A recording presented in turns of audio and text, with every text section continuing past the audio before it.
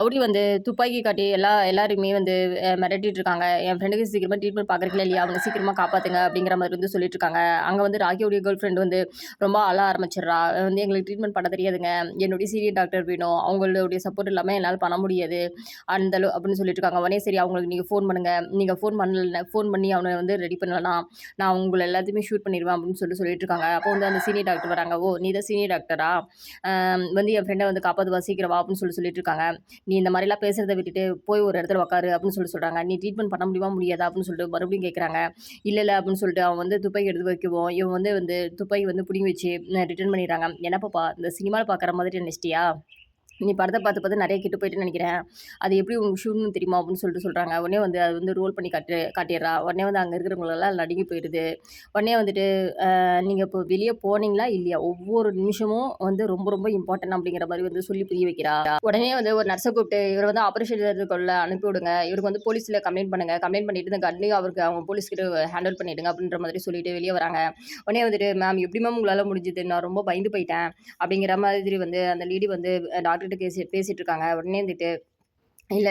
நான் வந்து சின்ன வயசுலேருந்தே எனக்கு எக்ஸ்பீரியன்ஸ் இருக்கு. அப்பா வந்து இந்த மாரிலாம் பண்ணியிருந்தாரு. அவரு கூட நான் கத்துக்கிட்டேன் அப்படிங்கிற மாரி வந்து ஒரு ஃப்ளாஷ்பேக்ல கொண்டு போயிட்டு, அது வந்து எப்படி எல்லாம் ரோல் பண்றாங்க அப்படிங்கிறதெல்லாம் வந்து அவ பண்ணி பார்க்குறா.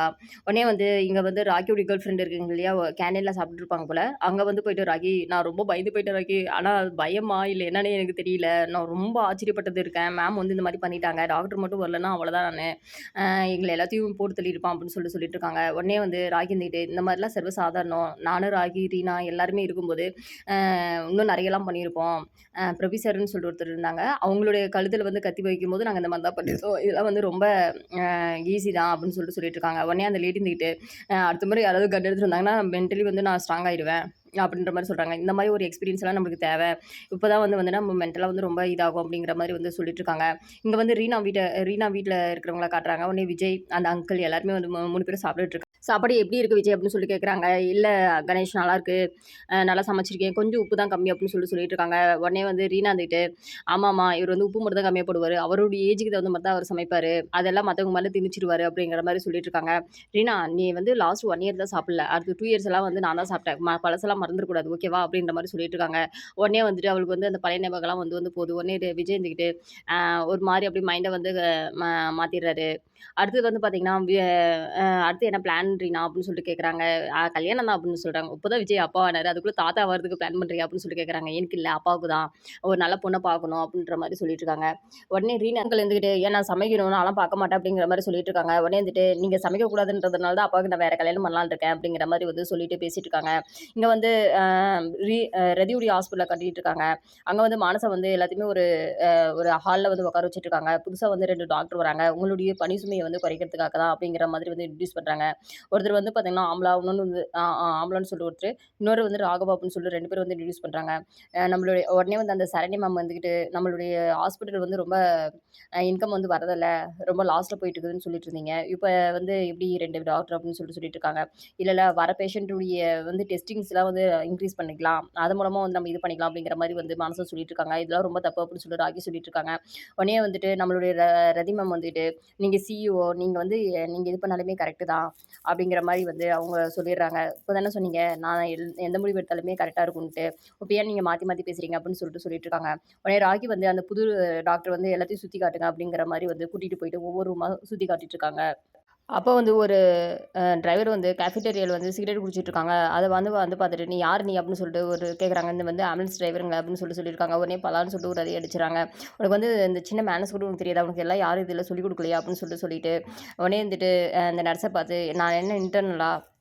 நான் இதுக்கு முன்னாடி ஹாஸ்பிட்டல்ல வந்து ஒர்க்கே பண்ணது கிடையாதா? இந்த ஹாஸ்பிட்டல்ல தான் முதல்ல நான் வரேனா நானு.